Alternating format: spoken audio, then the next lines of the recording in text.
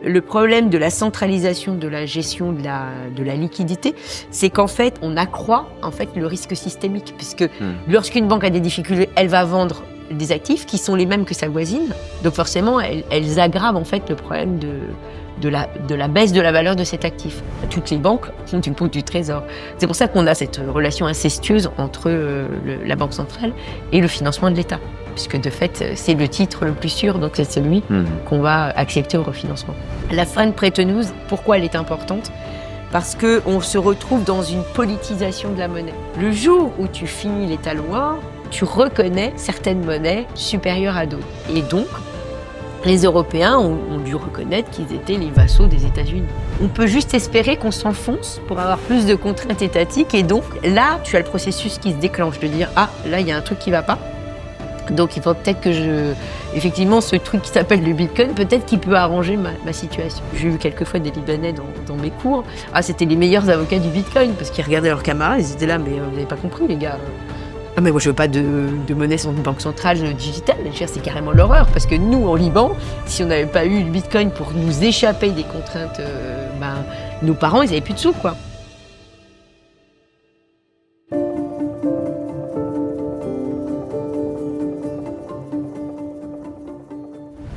Bonjour Nathalie Janson. Bonjour. Donc tu es... Quel est ton parcours?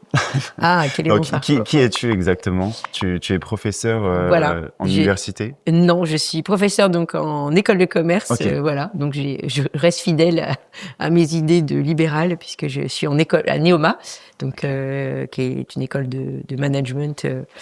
Voilà, qui fait partie de ces écoles avec des nouveaux noms, puisqu'on s'est mariés, ces deux écoles qui se sont mariées, le SC Rouen et le SC Reims. Ok. Et aujourd'hui, tu enseignes quoi exactement? Alors, on enseigne des cours basiques d'économie parce que ça fait partie du gros du programme, mais mes spécialités, c'est monnaie banque et je fais un peu, donc j'enseigne la crypto. Enfin, j'ai introduit la crypto et je fais aussi des cours de régulation bancaire, puisqu'en fait, voilà, j'étais très intéressée par le fonctionnement des systèmes bancaires.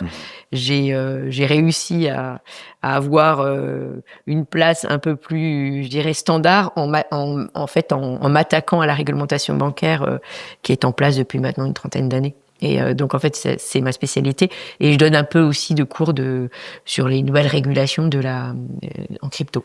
Ok. Et tu t'intéresses tout particulièrement, et c'est le sujet de la vidéo, oui. À l'évolution de l'organisation des banques, de comment elles fonctionnent, du free banking notamment, voilà, oui. Et de l'arrivée des banques centrales. Oui. Et ça va justement être vraiment là le point central de notre discussion, c'est de savoir pourquoi aujourd'hui on a des banques centrales. Est-ce que c'est l'organisation naturelle de la banque, que au fur et à mesure il y a une centralisation et que il y a un groupe de banques comme ça qui s'organise, qu'on pourrait même appeler une sorte de cartel. Oui. C'est des théories qu'on veut explorer avec toi. Donc selon toi, comment ça a démarré? Est-ce qu'il y a toujours eu des banques centrales? Est-ce que c'est nouveau? Alors non, il n'y a pas toujours eu des banques centrales. Alors les plus anciennes sont la Banque de Suède, la Riksbank, okay. Et la Banque d'Angleterre. Voilà. C'est quelle époque? C'est donc fin du XVIIe siècle. Okay. C'est des vieilles dames. C'est pour ça que la Banque d'Angleterre, souvent, on l'appelle la vieille dame. Elles sont nées souvent sur des débats sur en fait la fameuse question de l'élasticité de la monnaie. Pourquoi en fait on parle d'élasticité de la monnaie? Parce qu'en fait les banques existaient déjà, donc les banques sont effectivement très anciennes. Elles étaient là en fait pour gérer les problèmes de dette, d'effets de commerce en fait. C'était vraiment en fait on sait bien que les entreprises elles se financent en se faisant des lettres de créance et puis en fait pratiquement donc elles se payent avec des dettes et mais parfois les entreprises ont besoin d'avoir des liquidités, du cash. Et donc, c'était bien d'avoir une banque qui acceptait de donner du cash en échange de cette lettre de créance. Et donc, l'activité bancaire, elle a toujours été une activité basée sur les dettes finalement, mais avec ce côté de facilité de paiement, donc d'offre de services de liquidité, qui était déjà dès l'origine. Et le problème, c'est que parfois, ces banques elles-mêmes faisaient face à des problème de liquidité et se poser la question comment on résout ce problème. Et en effet, ces fameux bank runs en fait, où d'un coup il y a trop de gens qui te demandent leur argent et l'argent n'est pas disponible. En tout cas, à un moment donné, effectivement, c'est pas disponible puisque effectivement elles n'ont pas l'intégralité des réserves par rapport au compte leur dépôt et le moyen de compenser ça, c'est de vendre des titres liquides qu'on a à son actif. Mais dans certaines circonstances, en fait, si le marché est baissier, eh bien, en fait, elles vont, ou alors le marché n'absorbe pas, c'est-à-dire qu'ils veulent vendre mais personne n'achète.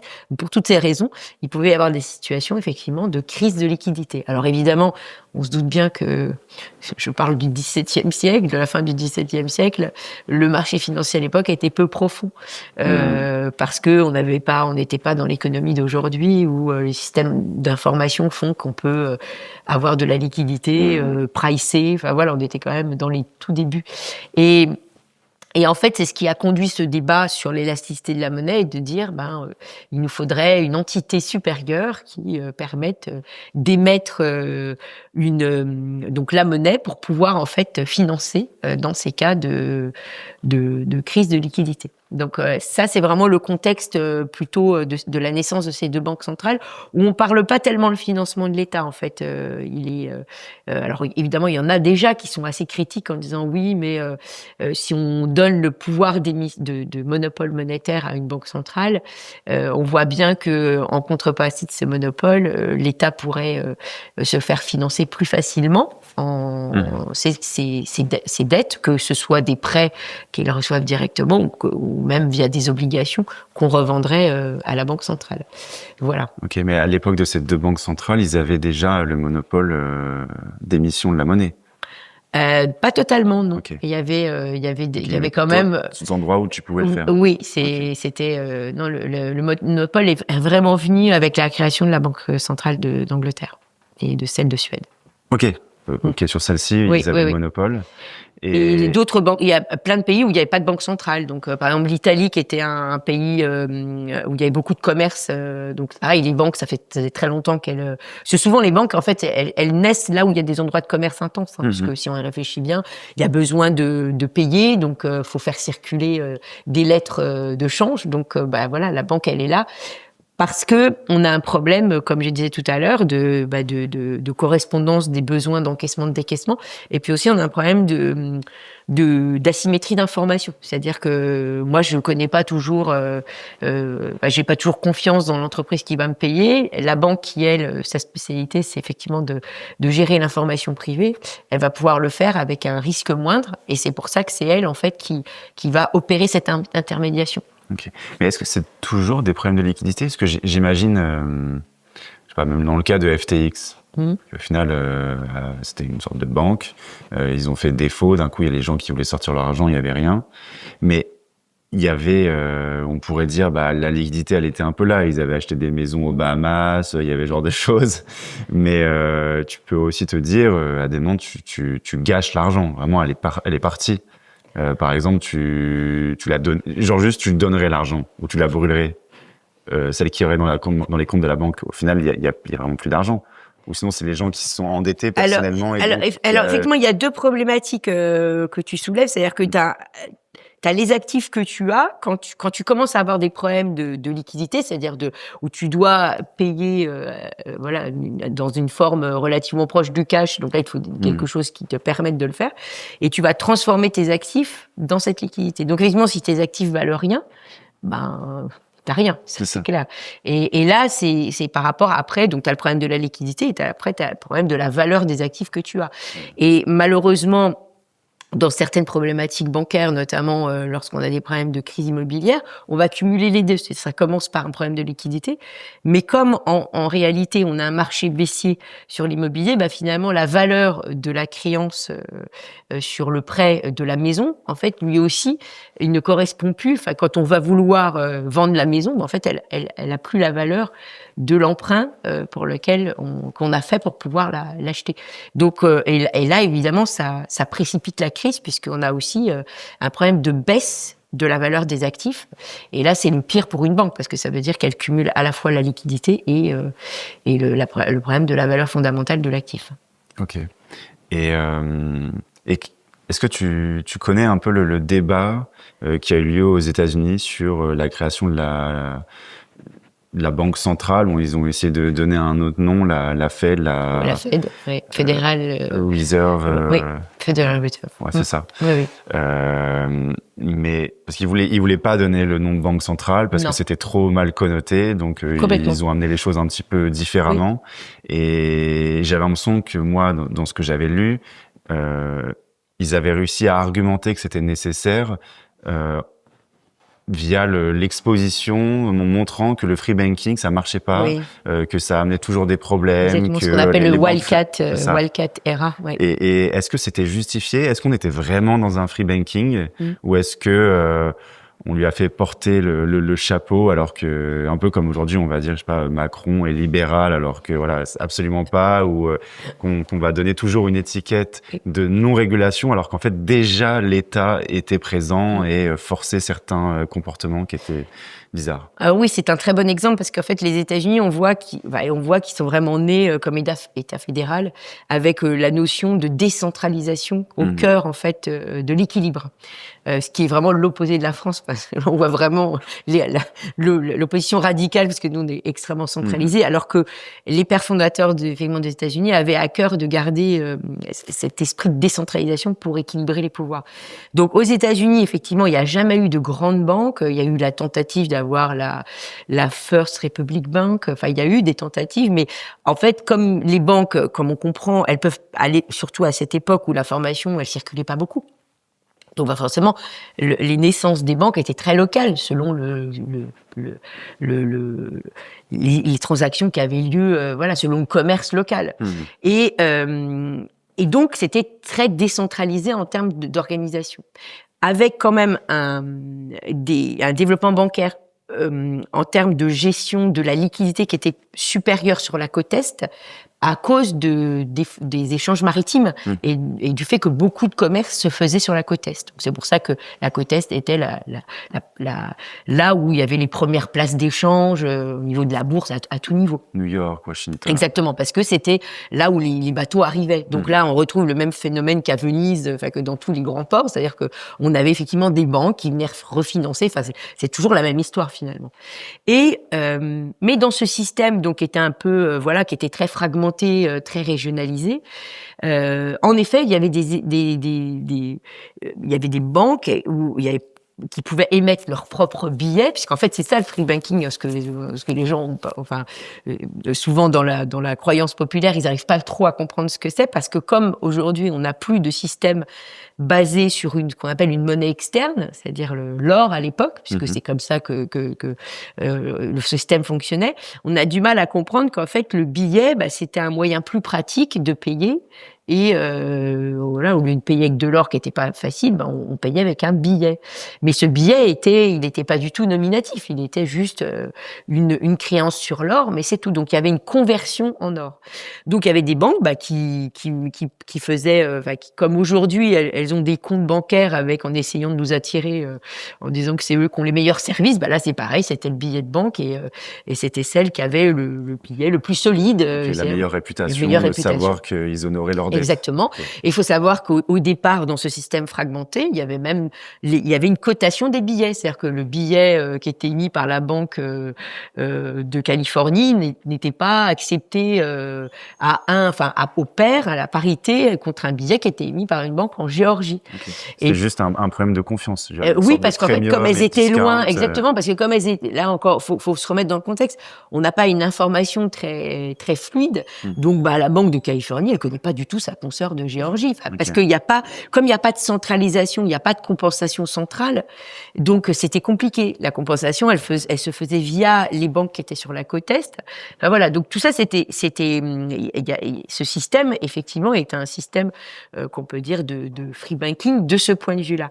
Et il y a eu des épisodes, effectivement, où il y a des États où le free banking était mis comme loi, c'est-à-dire que là-bas, c'était le free banking qui était décrété. Simplement, en fait, c'était un faux free banking, puisque les banques qui s'ouvraient dans ces États avaient comme obligation de couvrir leur émission de billets par de la dette d'État. Donc ça, c'était contre-productif puisque ça voulait dire qu'une banque qui avait du succès, en fait, était contrainte par le volume d'obligations d'État dans son émission monétaire. Donc effectivement, ça a mal fini puisque les banques celles qui avaient le plus de succès en termes de billets ont émis en fait plus de billets et alors qu'en fait elles auraient pu le faire, mais elles ont été contraintes en fait par cette dette d'État. Et celles en fait où les États avaient beaucoup de dettes à vendre se sont mis à pouvoir émettre plus de billets, alors qu'en réalité, le public n'en voulait pas. Donc, effectivement, il y a beaucoup d'États où ça s'est mal terminé, dont ces États où il y avait ces fameuses free banking laws, mais qui, en fait, étaient l'antithèse du free banking, puisque par définition, dans le free banking, la banque émet des billets qui sont convertibles en or, et la proportion dans laquelle elle émet ces billets dépend, en fait, totalement de la demande. Donc, plus les clients ont confiance, en fait, n'ont pas besoin d'aller récupérer, d'avoir l'or pour échanger. Et plus, en fait, on peut faire donc on peut faire circuler ce billet, ce qui permet effectivement de financer davantage de prêts. Mais c'est tout. Ok. Et donc, est-ce que, comme il y avait ces problèmes inhérents à l'activité bancaire, au fur et à mesure, ils se sont dit, tiens, on va changer un petit peu le système. On va pousser l'idée qu'on a besoin d'une banque centrale. Alors, ce qui est intéressant, en fait, c'est pour le consommateur, en fait. On va sauver les consommateurs, alors qu'en fait, c'est nous qu'on va sauver. Exactement, c'est un peu ça. C'est-à-dire qu'en fait, donc, il y avait ces États où il y avait ces free banking laws. Et quand on avait des crises de liquidité, effectivement, elles étaient récurrentes. Donc, il y avait une banque avant ça. Il y a une banque qui a été longtemps beaucoup étudiée par ceux qui s'y intéressaient, qui était la Suffolk Bank à Boston. Comme je disais, en fait, la gestion en fait de la liquidité se faisait beaucoup sur la côte est. Et cette banque, en fait, elle était, c'était l'émanation des banques pour pouvoir se régler entre elles de façon quotidienne. Donc, c'est une espèce de banque au-dessus des banques. C'était juste une chambre de compensation. Et cette chambre de compensation, elle prenait le rôle, si on veut dire, de prêteur en dernier ressort, quand il y avait des tensions, parce que parfois ça arrivait qu'il y ait des tensions. Et dans ce cas-là, elles émettaient une reconnaissance de dette qui ne circulait qu'entre les banques, pour qu'en fait il n'y ait pas d'aggravation de la liquidité insuffisante. Donc et ça leur permettait de passer la crise, et après elles détruisaient. Une fois que la liquidité avait repris un niveau normal, en fait, elle détruisait cette dette émise temporairement, juste entre les banques, et puis elles recommençaient leur activité normale. Donc ça, c'était le tampon qui existait à l'époque et qui a marché plusieurs fois pour les banques locales, puisque ça leur permettait de faire face à ces situations. En 1907, il y a une grande crise de liquidité, une crise sévère, et c'est là que le débat s'enclenche. Parce qu'avant, il avait été enclenché, mais il n'allait pas plus loin. Et la crise, elle a été telle en 1907 que le camp pour et contre s'est vraiment affronté de façon plus musclée pour effectivement se dire non, mais il faut vraiment qu'on crée une banque centrale pour que on n'ait pas ces débâcles lorsqu'il y a des crises de liquidité. Et effectivement, la Fed, née en 1913, a été votée de très très peu parce que il y avait beaucoup de représentants politiques qui en fait avaient essayé d'expliquer que c'était une erreur que de centraliser la gestion de liquidité, qu'en fait la gestion de la liquidité était éminemment un problème d'activité bancaire qui n'avait pas lieu d'être centralisée. Parce que, il y a un livre qui est vraiment intéressant sur le sujet, c'est La créature de Jekyll Island de J. Edward Griffin, qui retrace vraiment un peu tout ce qui s'est passé. Bon, lui, il est vraiment... il appelle le livre Jekyll Island parce qu'il y aurait un rendez-vous de banquiers sur une île, dans un manoir, où ils auraient un peu comploté en fait ce plan machiavélique de créer une banque centrale aux États-Unis. Et dans l'idée aussi, c'était de réussir à changer l'opinion publique en mettant en avant quelqu'un qui représentait les banques et qui allait attaquer le concept de banque centrale. Donc, si en fait, selon le public, tu as la représentation des banquiers, des gens que t'aimes pas, qui se mettent à attaquer les banquiers centraux, alors il faut le les concept, défendre. ça veut dire que en fait, la banque centrale, c'est une bonne idée. Voilà, oui, tout à fait. Et ça aurait bien marché. Au final, ils auraient réussi leur coup. Et est-ce que derrière, à la fin, ce qu'il en parle beaucoup, c'est la cartélisation à la fin des banques grâce à la banque centrale, parce qu'en fait, tu ne peux plus faire défaut. Et d'un coup, elles sont tous reliées entre elles. Elles sont tous... en fait, plus t'es gros, plus t'as de poids dans ce cartel, et plus tu deviens systémique, on ne peut plus te laisser mourir. Et au fur et à mesure, entre les phases de boom and bust, Oui. de boom, Oui, de bulle, boom et récession. de boom, voilà. Oui. En fait, tu es capable, et on l'a vu même en Europe, de racheter en fait au fur et à mesure toutes les petites entités, et en fait, tu as une concentration, une sorte de monopolisation du secteur bancaire. Alors aux États-Unis, ça a quand même pris plus de temps parce que malgré tout, la concentration, ils sont restés pendant 18, 19, début 20, enfin même jusqu'à les années 80, 1990, il y avait quand même une moyenne de 15 000 banques aux États-Unis. Alors évidemment, il y avait des grosses banques, mais il y avait encore une foultitude de petites banques aussi, parce que comme ils étaient très attachés à au développement local, ils empêchaient, il y a aussi des choses qui étaient pas terribles, c'est qu'en fait, ils empêchaient aux banques d'avoir des filiales comme chez nous. Bien, donc, elles n'avaient pas le droit d'aller ouvrir une filiale, en fait, dans un État voisin. Okay. Donc, ça explique aussi la grande fragmentation des banques. Mais, de fait, en effet, si on avait eu des mini-banques centrales, c'est-à-dire que par exemple, on avait la Suffolk, et puis, je sais pas moi, comme l'Ouest s'est aussi beaucoup développé, on aurait eu son équivalent là, dans le Sud, pareil. Mais c'était l'idée de la Fed au début. Complètement. Parce que ça devait être décentralisé. Ça devait être décentralisé, mais en fait, ça l'a jamais, puisqu'effectivement, ils ont toujours les baby Fed, mais elles qui n'ont pas vraiment de rôle actif, quoi. Celle qui compte aujourd'hui, c'est juste celle de New York, la Banque Saint-Louis. Oui, enfin, elles comptent toutes parce qu'elles ont une voix au chapitre quand ils votent, mais c'est vrai que elles n'ont pas, en fait, elles ne jouent pas un rôle local, parce que l'avantage s'ils avaient vraiment adopté cette décentralisation de la Banque centrale, ça aurait été quand même ça aurait été moins grave en termes de conséquences, parce que le problème de la centralisation de la gestion de la liquidité, c'est qu'en fait les banques dans ce système vont donc, pour pouvoir se faire refinancer auprès de la Banque centrale, en fait, vont tout avoir les mêmes actifs que la Banque centrale accepte pour le refinancement. Donc en fait, elles vont avoir des actifs relativement homogènes. Donc de fait, on accroît en fait le risque systémique, puisque lorsqu'une banque a des difficultés, elle va vendre des actifs qui sont les mêmes que sa voisine. Donc forcément, elles aggravent en fait le problème de la baisse de la valeur de cet actif. Et c'est vrai que si on avait eu des banques régionales, je pense que la composition des actifs acceptés pour le refinancement aurait pu être beaucoup plus diversifiée. Alors que là, en fait, il est accentué par cette centralisation.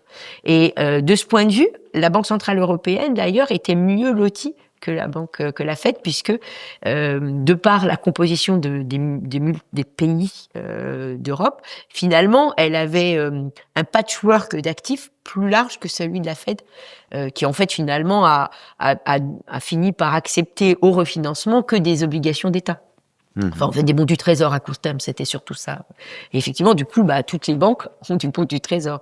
C'est pour ça qu'on a ce lien un peu pernicieux, en fait, cette relation incestueuse entre la Banque centrale et le financement de l'État. Puisque, de fait, c'est le titre le plus sûr, donc c'est celui qu'on va accepter au refinancement. Ok. Et sur le point parce qu'il en parle aussi dans le livre, du fait que la fédérale, la banque, la Fed, aux États-Unis, serait une sorte de succursale de la Banque d'Angleterre. En fait, déjà, rien que dans le principe, au final, ils ont repris quasiment toutes les caractéristiques. Et si on a l'impression qu'à chaque fois, en fait, ça a avantagé un petit peu l'Angleterre dans toutes les décisions qui étaient prises aux États-Unis. Et que on permettait en fait d'endetter quasiment toutes les États-Unis au profit de l'Angleterre et que c'était un peu leur moyen détourné de garder leur emprise sur ce territoire qu'ils avaient perdu. Ouais, moi je suis moins familière avec cette. Je sais qu'effectivement il y a cette théorie qui dit que les Anglais, comme ils ont dû se retirer, ils ont trouvé une autre façon de garder une emprise, et donc c'est par le biais monétaire qu'ils l'ont fait. J'avoue que j'ai du mal à saisir le raisonnement, surtout qu'après, je pense qu'il s'est surtout inversé, parce que c'est surtout les États-Unis qu'on finalement. Bon, après, c'est parce qu'effectivement, on a eu les guerres, mais c'est l'inverse qui s'est opéré, puisqu'aujourd'hui, beaucoup disent qu'en fait, la domination américaine, elle n'est pas seulement dans les marchés aux États-Unis, mais elle est surtout dans le fait qu'il y a beaucoup de marchés de dollars offshore, et c'est celui-là en fait qui est le plus, enfin, et pour le coup il n'est pas régulé, il subit, on peut lire à travers ce qui se passe au niveau des États-Unis, mais il est totalement pas régulé. Ok. Tu fais référence au shadow banking, c'est ça? Non, mais enfin, certains l'appellent shadow banking, c'est surtout le marché de l'euro-dollar en fait, puisque à partir du moment où tu es monnaie internationale, enfin où les États-Unis arrivent au statut de monnaie internationale après la Première Guerre mondiale, et puisque c'est là où c'est l'inversion, c'est plus la livre sterling, mais le dollar qui domine. Tu as des activités, c'est-à-dire que tu as le prolongement des activités en dollars dans les pays européens. Donc en fait, des banques vont accepter d'ouvrir des comptes en dollars pour pouvoir financer des activités en dollars qui se font en dehors des États-Unis. Et à partir de là, tu as des prêts qui se font en dollars, donc ce qu'on appelle l'euro-dollar. Aujourd'hui, ça provoque des confusions parce qu'on a l'euro, mais c'est ce qu'on appelle. C'est des prêts qui étaient faits à l'Europe, en fait. Oui, c'est-à-dire que c'est des banques qui ont un bilan qui sont libellés en dollars, mais qui vont faire des prêts depuis l'Europe. C'est-à-dire que ça n'a rien à voir avec la Fed ou quoi que ce soit. Et l'activité se développe tout seul à côté. Voilà. Et le plus gros marché est localisé en Angleterre, puisque c'était le point d'attache en fait des banques américaines. Et c'est le fameux marché de l'euro-dollar qui est énorme. Et donc les banques américaines, quand elles ont des problèmes de liquidité domestiquement parlant, on peut lire à travers le lien entre le taux du marché interbancaire américain et le taux en fait de l'euro-dollar coté en fait à Londres. Tu peux voir en fait la transmission des tensions. C'est-à-dire que quand il y en a un qui se tend, ça se transmet parce que les banques américaines vont essayer de trouver des liquidités sur ce marché offshore pour pouvoir pallier. Donc ça a réduit la liquidité. Du coup, ça a un effet. Et c'est en 2008, on l'a observé ce phénomène en fait de voir qu'en fait t'as à la fois le marché effectivement américain, mais tu as tout le marché en eurodollar qui a les mêmes, enfin qui va subir en fait les conséquences de ce qui se passe sur le marché domestique. Ok. Donc on a eu des problèmes de free banking, qui étaient pas du free banking, puisqu'en fait effectivement l'épisode pour ceux qui ont lu du free banking le plus pur c'était le fameux épisode écossais. Et l'épisode écossais s'est terminé parce qu'il y a eu l'extension du monopole, c'est-à-dire que la Banque d'Angleterre à un moment donné elle stop et puis tout le monde sous le même système. Mais il y a pas eu de raison, c'est-à-dire que ce système ne s'est pas terminé parce qu'il y a eu une crise. Il n'y a pas de crise, c'est une volonté politique. Un jeu de pouvoir. Exactement. C'était totalement sur l'Irlande. Oui, c'était complètement sur l'Écosse, sur les différents.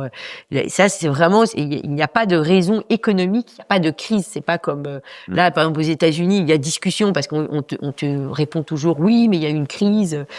Le cas de l'Écosse, ce n'est pas terminé en crise.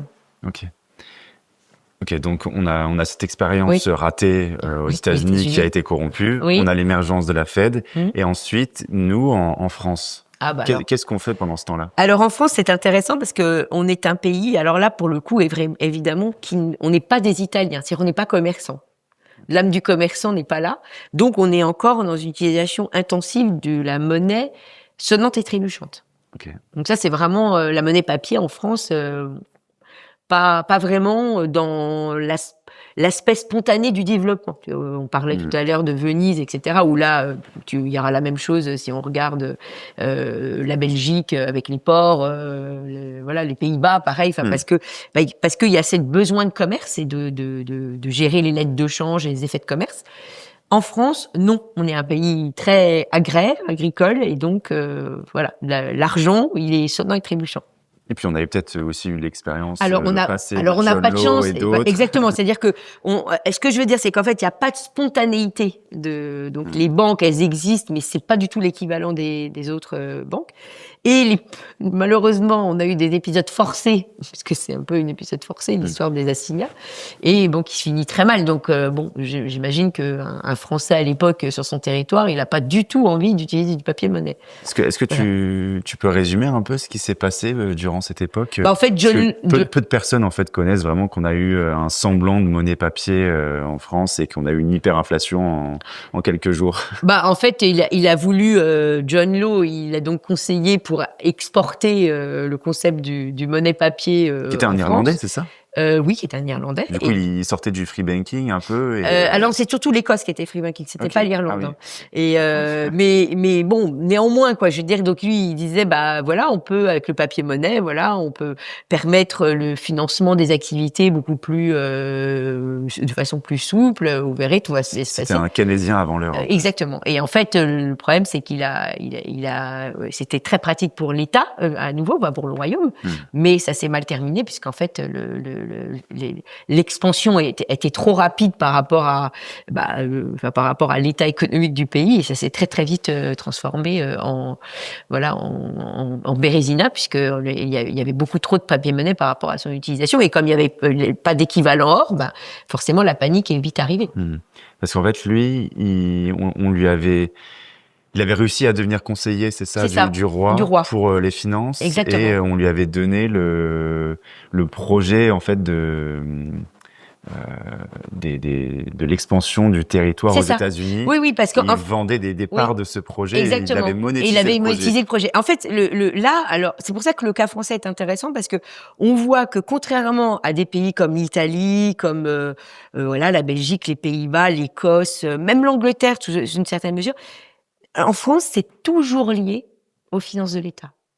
C'est-à-dire qu'en fait, l'État, le royaume veut s'étendre. Il a des problèmes de finances publiques.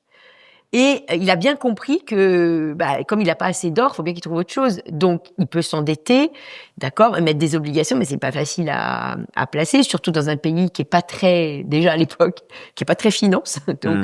Donc, comme ils sont très or, on peut pas financer de la dette quand des gens veulent de l'or. C'est antinomique. Donc, il fallait qu'il trouve une ruse. Et c'est pour ça qu'effectivement, il trouve une ruse, qu'il trouve un moyen, en fait, de forcer pour arriver à cette dette que, apparemment, les habitants ne voulaient pas. Parce qu'en fait, c'est un peu, dans le cas français, c'est vraiment un problème de préférence. C'est-à-dire qu'il n'y avait pas de préférence pour la dette. Et comme il voulait désespérément financer ses projets, il n'y avait pas d'autre moyen qu'effectivement ce fameux, d'inventer ce système de papier-monnaie, mais sorti du chapeau. Donc c'est pour ça qu'il pouvait pas fonctionner. Parce que il n'est pas la résultante naturelle, comme dans d'autres pays où c'était lié au commerce, tout simplement. Et que la dette fait partie du commerce. C'est ça aussi que parfois, certains ne comprennent pas, c'est que la dette n'est pas mauvaise en soi. Ça dépend de où elle vient et comment elle est gérée. Et le commerce, souvent, marche sur la dette parce qu'on anticipe les rentrées d'argent qu'on va avoir. Sinon, on peut rien faire. Parce que là, pour que les gens un peu se rendent compte, c'était un peu l'équivalent d'un projet public, de monter la RATP aux États-Unis. Oui. On s'est dit, tiens, on va diviser les parts de l'entreprise en 1 million et on va vendre ces parts et on va dire qu'en fait, c'est de l'or en papier. Voilà, c'est ça. Et, complètement. Et les gens se l'échangeaient et en fait, on s'est retrouvé avec des bulles spéculatives monstrueuses. Et à chaque fois, en plus, ils avaient fait un espèce de système de Ponzi, En fait, ils prenaient à Paul pour donner à Jacques pour que ça fasse illusion pendant un moment, en tout cas. Sauf qu'à la fin, en fait, tout le monde s'est appauvri dans cette histoire parce qu'il y avait pas de projet. Il n'y a pas de projet en fait. C'est ça. Oui. Donc non, et d'ailleurs ça a été gardé en mémoire. Donc c'est vrai que la France était très arriérée en termes de gestion des finances et du commerce, puisque on voulait surtout pas aller sur la monnaie papier. Donc on était dans une démarche j'accumule l'argent avant de pouvoir faire quelque chose. Ok. Voilà. Et pourtant, aujourd'hui, on a une banque centrale européenne. Comment on en est arrivé là? Alors, je pense que Napoléon est quand même le grand coupable. Hein. Il a débuté, en tout cas pour la partie française, c'est-à-dire que tout ça a marqué les Français, mais Napoléon est arrivé. Il a créé, au moins lui, il a été très très clair et transparent. Il s'est dit bon, faut que je finance mes guerres. Le meilleur moyen, c'est d'avoir une banque centrale parce que moi j'ai besoin absolument de placer de la dette. Donc je vais créer une banque centrale qui s'appelle. En quelle année là? 1802. Ok. Juste après la Révolution française. Tout de suite, en fait, c'est presque une idée socialiste qui continue de faire une banque. Oui, c'est en fait, on va avoir la création avec alors elle est pas publique, hein. Elle est cette banque de France au départ, hein. C'est pas une banque publique détenue par l'État, mais c'est lui qui la crée. Donc et le principe c'est d'avoir le monopole, il a le monopole d'émission. OK, du coup c'est officiel, c'est pas officiel, c'est tout. C'est-à-dire que il y a que cette banque là parce que les banques, faut bien comprendre que les banques centrales n'étaient pas forcément publiques de naissance, puisqu'en fait c'était des banques à qui on donnait le monopole d'émission. Mais elles en deviennent publiques. Elles sont devenues, par exemple, en Italie, c'était pareil. La Banque d'Italie naît au moment de l'unification d'Italie, donc très tard, enfin relativement tard, c'est-à-dire fin 19e pour le coup. Et donc c'est la même façon. C'était une banque qui avait rien de plus normal, qui est devenue en fait à qui on a donné le pouvoir d'émission. Donc c'était pas forcément une entité publique au départ. C'était une banque comme une autre à qui on a donné le monopole d'émission. Comme la BCE ou la Fed. La Fed, non, c'est différent. Ouais. C'est vraiment une création là. Ouais, on donne pas le droit d'émission à une banque, puisque comme ils n'ont jamais voulu avoir de banque nationale. En fait, il n'avait pas l'équivalent. Alors que là, Napoléon, quand il crée sa banque, en fait, il va s'arroger, enfin, il va y avoir le monopole d'émission et le but, ça va être effectivement de faire en sorte que lorsqu'il va en guerre et qu'il a besoin d'argent, eh bien, il va demander des prêts directement à la banque, à cette banque. Ok, mais l'argent, elle sortait d'où là? Parce que dans ce cas-là, tu me disais nous, on utilisait de la monnaie sonnante et trébuchante, donc on ne possédait pas l'argent de la banque qui créait ces billets. Mais donc, ils avaient quelle valeur si nous, on n'était pas une sorte de contrepartie? Alors, il y a pas le fait de l'inflation. Entre-temps, il y a quand même la révolution industrielle, donc c'était le début de la révolution industrielle, donc on a commencé quand même à avoir aussi, il y avait quand même des banques qui faisaient, où il y avait du papier. Mais c'est vrai que par rapport à d'autres pays, on était quand même arriéré quant à l'utilisation du papier-monnaie. Ça réduisait son impact, sa puissance. Voilà, tout à fait. Et effectivement, quand Napoléon en fait a créé la Banque de France, et donc là c'était pour avoir des avances. Elle donnait des avances à l'État. Et voilà. Et c'était donc de toute façon c'était l'État qui s'en servait essentiellement pour payer ses fournisseurs. Et j'imagine bien que il pouvait dire d'abord quand il l'a créé c'était avec en général quand une banque centrale a le monopole d'émission. Elle a donc le cours légal en même temps. Et donc, là, tu imposes l'utilisation du papier-monnaie. Donc, même si proportionnellement, la population n'est pas enclin à en utiliser beaucoup, il a cours légal. Donc, celui qui vient, celui qui l'État paye, par exemple, les armes et l'État le paye en papier-monnaie, il accepte le papier-monnaie, puisque de toute façon, il n'a pas le droit de le refuser. Voilà. Okay. Donc de toute façon, le cours légal couplé au monopole d'émission fait que tu vas forcer en fait l'acceptation en fait du billet. Même si après tu peux ne pas l'utiliser par ailleurs, mais tu as une étape où tu vas forcer cette acceptation, ça c'est sûr. Et là, on voit bien quand tu regardes en fait l'histoire des finances publiques et le rapport entre l'État et les banques, en fait, tu voyais que avant, l'État était obligé en fait d'aller plaider sa cause aux banques pour pouvoir avoir une avance. Et en fait, Napoléon, qui était loin d'être stupide, s'est dit ça, si on peut s'en passer, c'est mieux. Et c'est comme ça qu'il a résolu le problème. Parce qu'avant, tu voyais, il y a eu toute une partie de la littérature qui regarde en fait ce lien un peu incestueux entre les finances publiques et les banques, et qui a commencé de tous les temps, quoi, puisque le royaume, avant d'être une république, c'était le royaume, ils avaient des problématiques de gestion des encaissements des caisses, quoi, tout simplement. Okay. Donc ils avaient besoin de quelqu'un pour pouvoir pallier au déficit temporaire, et c'était les banques qui leur permettaient en fait de financer ces déficits temporaires. Mais c'était donc l'État qui devait aller prouver qu'en fait il était suffisamment de bonne confiance pour pouvoir se faire financer. Il pouvait voler sa population facilement. Donc ça créait effectivement de l'incertitude sur la gestion des finances publiques, qui, lorsque on était en guerre, était un réel problème. C'est-à-dire que tant que t'étais pas en guerre, je pense que l'État s'en sortait, mais lorsque tu as des grandes demandes de financement public, tu peux plus faire cet exercice d'aller d'aller à chaque banque pour dire mais si vous pouvez me prêter parce que je suis digne de confiance, voilà.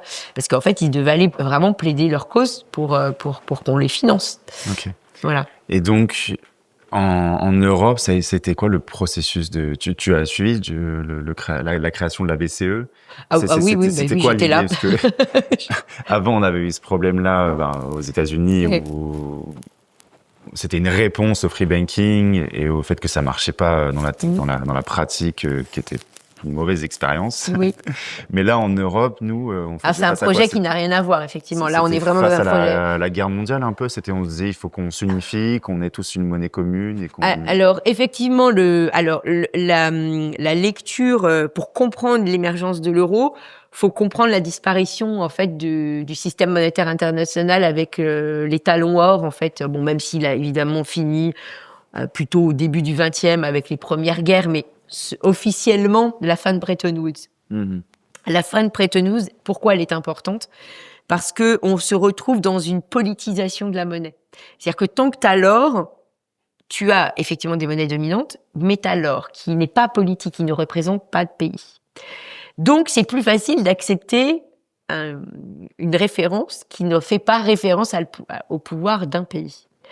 Le jour où tu finis les talons or, tu reconnais certaines monnaies supérieures à d'autres. Et là, c'est problématique parce que ça veut dire que tu es objectivement sous le joug ou la puissance de pays plus puissants que d'autres. Et je pense que c'est vraiment ça qui a déclenché cette volonté d'avoir un contre-pouvoir en Europe. Okay. Parce que ça voulait dire que, de fait, à la sortie de la Seconde Guerre mondiale, c'était les États-Unis qui dominaient, puisque de toute façon, ils avaient l'intégralité des réserves en or. Donc, on a trouvé un pis-aller avec Bretton Woods en disant non, mais c'est pas grave, on a toujours l'or, mais on le fait indirectement. Bon, après, ça a volé en éclats, parce qu'effectivement, la discipline de l'étalon or n'était plus là, puisqu'elle n'était que indirecte. Et quand cette indiscipline a été reconnu comme notoire et que c'est plus la peine d'aller en arrière. Là, on a coupé avec l'or et donc les Européens ont dû reconnaître qu'ils étaient les vassaux des États-Unis. Et ça, c'était difficile, je pense, à avaler. Donc, pour moi, c'est vraiment une manière de essayer de retrouver de la souveraineté. Et comme on pouvait pas la retrouver chacun, parce qu'on était trop petits, on a eu la très mauvaise idée de se dire, si on se met ensemble, ça devrait aller mieux. On sera plus fort, on va couper les États-Unis. Donc, tout ce processus est né. Donc, il a eu des précédents, parce que là, je caricature un peu, mais il a eu des précédents. En fait, il faut savoir qu'il y a eu une union monétaire latine à la fin du 19e siècle. Donc, on a déjà eu cette idée-là. Elle n'est pas nouvelle, en fait.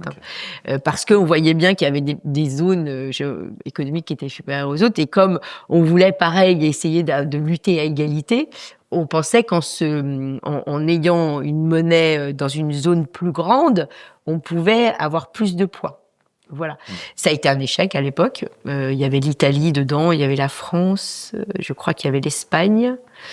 J'avoue que j'ai plus la liste très claire en tête, mais bon, elle n'a pas duré très longtemps. Et donc, en fait, cette idée, on la retrouve à juste titre au moment de l'abandon des talons. Parce que du coup, le système monétaire, c'est la première fois qu'on va expérimenter et qu'on va théoriser sur l'échange flottant. Le fait que, comme tu n'as plus de référence avec un taux de change fixe, les monnaies peuvent varier les unes contre les autres. T'as les gens qui sont pour, t'as les gens qui sont contre. D'ailleurs, c'est intéressant parce que Milton Friedman était pour. Et puis après, il s'est rendu compte plus tard que c'était plus problématique qu'autre chose. Enfin bon, bref, c'est assez intéressant de voir comment les choses ont évolué sur le sujet.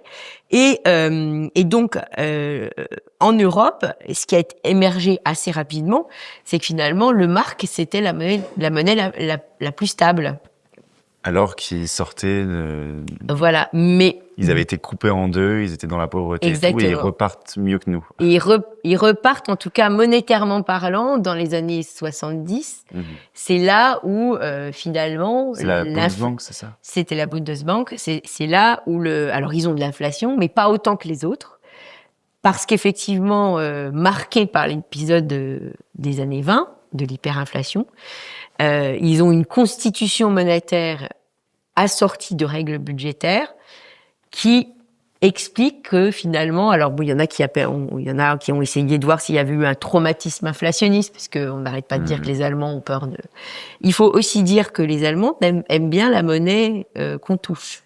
Okay. Par exemple, si tu regardes les habitudes de paiement, les Allemands sont ceux où la carte de crédit la moins utilisée. Okay, donc là maintenant, oui, exactement. Okay. Donc c'est assez récent qu'ils soient arrivés à 50% de transactions. Mais en Europe, c'est les plus pour un pays qui n'a pas de problème d'évasion fiscale, parce que souvent l'utilisation du cash est plutôt liée à l'évasion fiscale. C'est le seul pays où il n'y a pas une évasion fiscale comme en Grèce ou en Italie, et où en fait le cash est très utilisé. Donc on a un pays qui est marqué par le matérialisme de la monnaie, qui a une gestion de la monnaie qui est beaucoup plus raisonnable, beaucoup encadrée par des règles qui sont appliquées, parce que les règles tu peux les avoir, puis si tu les appliques pas, ça change pas le résultat final. Donc ils sont vraiment très il y a une pression pour que les règles soient observées, que tu ne vas pas retrouver dans d'autres pays européens. Donc le Deutsche Mark apparaît comme la monnaie la plus utilisée, en tout cas de référence. Bien évidemment, l'idée d'adopter le Deutsche Mark comme monnaie pour les pays européens est absolument inacceptable, enfin, pour les raisons historiques. Donc, il faut trouver un truc. Okay. Et ce truc, on le trouve dans la création d'une référence ex nihilo créée, où on aura une monnaie qui va circuler en Europe, mais qui ne s'appellera pas le Deutsche Mark. Voilà. Ok. Et donc au début, on va fixer toutes les monnaies un rapport alors, avec cette nouvelle monnaie. Oui, alors ça, on l'avait déjà expérimenté avant, puisque les pays européens, dans les années 70, au moment de cette inflation qu'on a appelée très injustement comme cause, le cause du prix du baril de pétrole trop élevé. En fait, ça n'a rien à voir. L'inflation, elle était monétaire, en fait. Hein. Et le baril de pétrole n'était qu'une expression de cette inflation monétaire. Donc, à l'issue de cette crise du pétrole, comme on l'a appelé des années 70, on avait des problèmes de taux de change qui, en fait, variaient trop. Et les pays européens qui étaient conscients qu'il fallait qu'ils s'en sortiraient seulement s'ils avaient un commerce entre eux intégré, se sont dit ce serait peut-être une bonne idée qu'on stabilise nos taux de change au niveau de la zone économique européenne. Et donc ils sont rentrés dans un système qu'on a appelé le système monétaire européen. Donc il y a eu le serpent au début, puis système monétaire européen en 79. Et c'est là où on a créé synthétiquement ce qu'on a à l'époque on a appelé l'écu, qui était donc une monnaie synthétique. Okay. Et chaque monnaie des composantes avait représenté un poids, voilà, dans cet écu. Donc ça, c'était donc ça te fait penser en fait à la part de chaque pays dans la Banque centrale européenne au niveau du capital. Hein. C'est un peu la même idée, la quotité de chaque pays.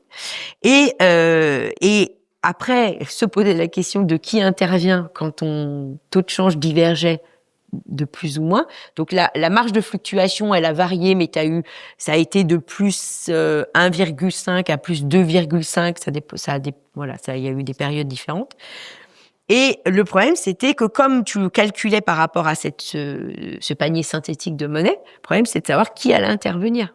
Parce que quand une monnaie baisse, c'est qu'il y en a une qui augmente. Enfin, c'est relatif. Donc, est-ce que c'était celle qui montait, qui devait intervenir, ou celle qui baissait, qui devait faire quelque chose? Donc, pour ne pas froisser, parce que si tu disais que celle qui dévaluait, c'est parce qu'elle faisait n'importe quoi, suffisait pas porter le poids. Déjà, tu vois que le verre était dans le fruit. On disait, non, mais il faut que les deux interviennent un petit peu. Donc celui qui soit fort, il aide celui qui est faible quand en sorte. Et c'était tout le temps comme ça. C'est-à-dire tu reprends l'histoire du franc français à partir en particulier du gouvernement Mitterrand. On n'a pas arrêté de dévaluer parce qu'effectivement, comme on dépensait à tout va, notre monnaie elle n'arrêtait pas de chuter. Et donc les Allemands, ils devaient un petit peu intervenir à chaque fois pour essayer de rééquilibrer le système. Et en fait, c'est ça Et l'idée théorique qui était derrière, c'était la fameuse conceptualisation de la zone monétaire optimale. Ça, c'était le background théorique.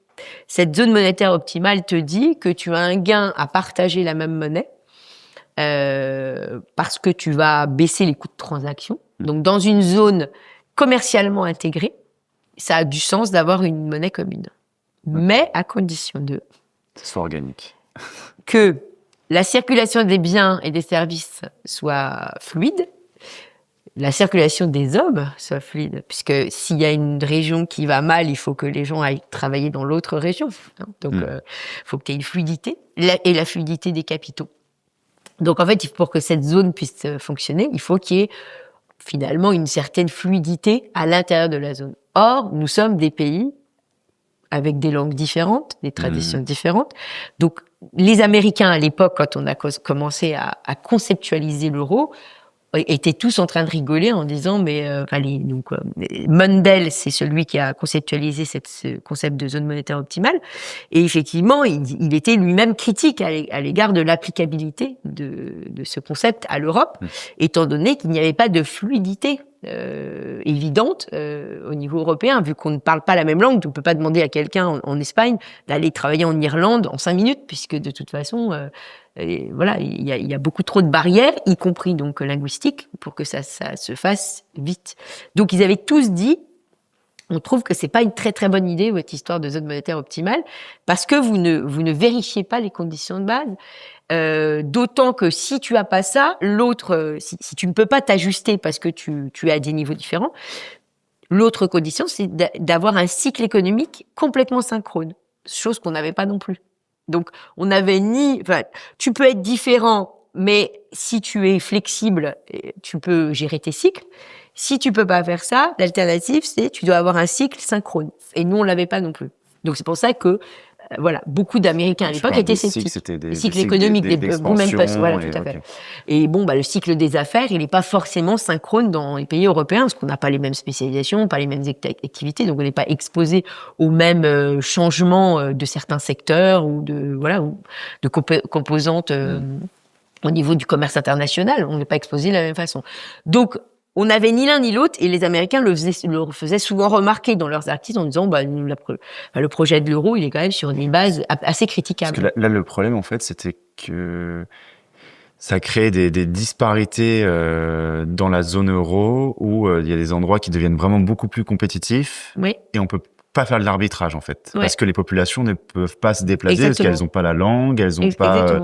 peut-être même, à des moments, il y a des problèmes de compatibilité, de niveau. Oui, je sais pas, un médecin en France... Exactement, il n'est pas forcément... Alors, c'est pour ça... le mérite de tout ça, c'est que du coup, grâce au concept aussi, à la projection de l'euro, on a eu la libre circulation des hommes, on a eu la reconnaissance des diplômes, la circulation, en fait, des élèves dans tous les pays européens. Donc ça a été un gain. Mais on s'est bien aperçu qu'au-delà de ça, on reste des pays, contrairement aux États-Unis. De toute façon, c'est toujours la grande... effectivement, aux États-Unis, tu as une crise... à l'époque, je me rappelle la crise de Détroit, là, avec les problèmes automobiles dans les années 80. Alors, je dis pas tout le monde, mais une grande partie de la population a quitté cet État parce qu'il était économiquement... Il dépendait trop du secteur automobile quand les voitures japonaises sont arrivées, puis ils sont allés ailleurs prendre du travail. Ils prenaient le U-Haul, tu sais, le truc, la petite camionnette où tu mets tes meubles dedans. C'était le truc standard du déménagement américain, puis tu t'allais ailleurs. On n'a pas ça. Déjà, en France, on l'a pas, mais alors t'imagines au niveau européen, parce que même en France, on remarque une certaine rigidité. On n'est pas très mobile en termes régional par rapport. Bon, alors vous, votre génération l'est sans doute davantage, mais on n'est pas les champions de la mobilité. Donc, t'imagines au niveau européen ce que ça représentait.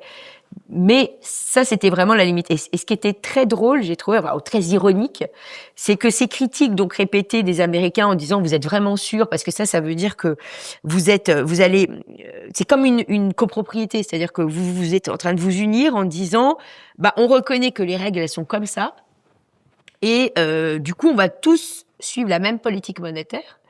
Et évidemment dans le deal, les Allemands n'étant pas dupes, on dit ok, c'est pas le Deutsche Mark, c'est l'euro. Mais par contre, vous faites une politique monétaire qui ressemble à la nôtre. Parce que, par rapport à ce que j'ai dit précédemment, eux, ils sont marqués par leur hyperinflation. Ils ont une constitution monétaire solide.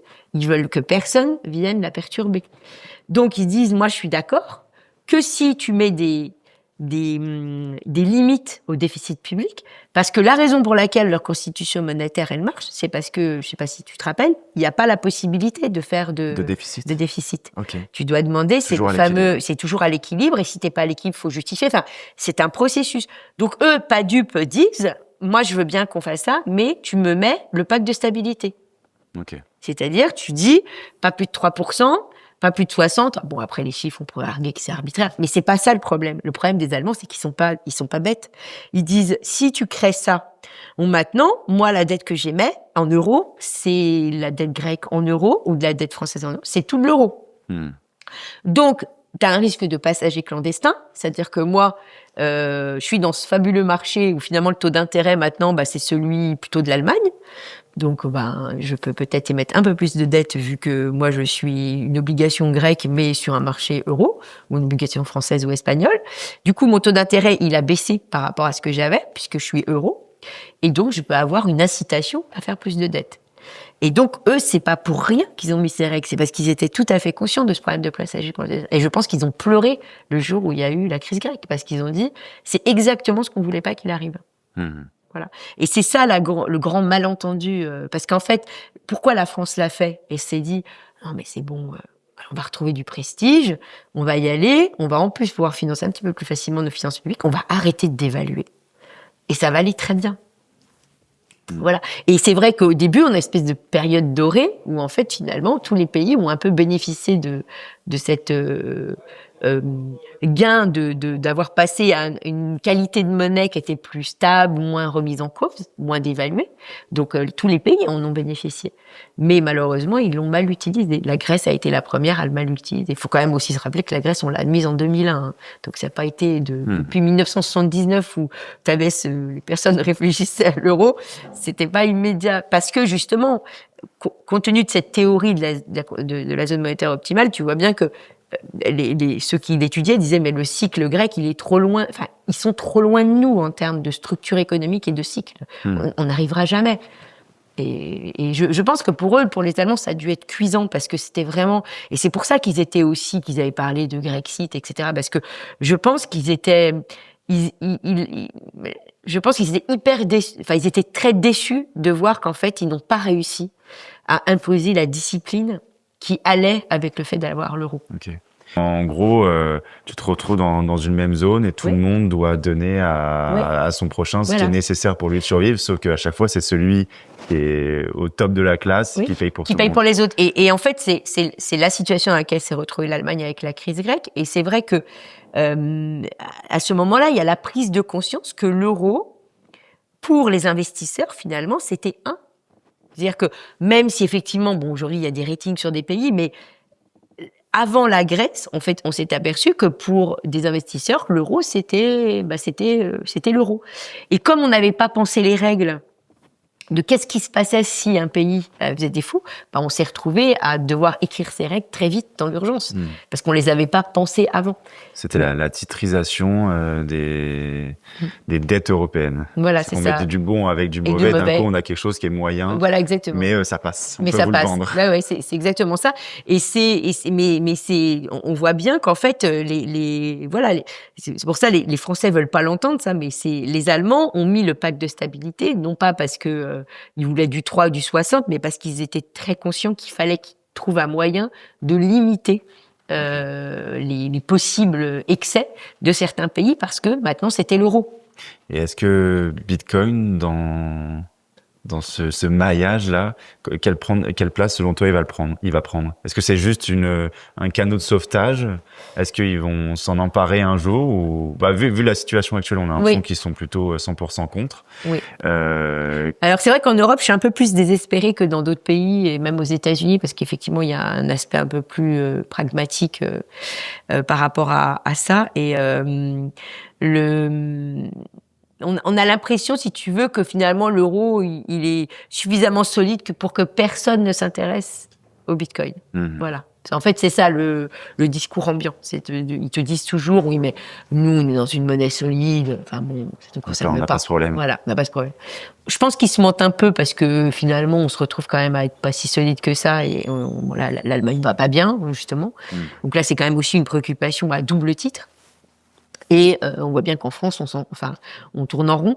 Donc, finalement, on se dit juste que peut-être que les nouvelles générations s'en seront un peu plus... Parce que nous, effectivement, on a des réflexes qui sont nourris par le fait que, même si je suis pas non plus à ce point-là âgée, mais moi, j'ai été élevée dans le post 45, donc avec une histoire particulière, avec des rapports avec l'Allemagne particuliers, où c'était encore très prégnant dans le discours. Bon, vous êtes sortis de tout ça. Enfin, je veux dire, vous savez, mais c'est pas.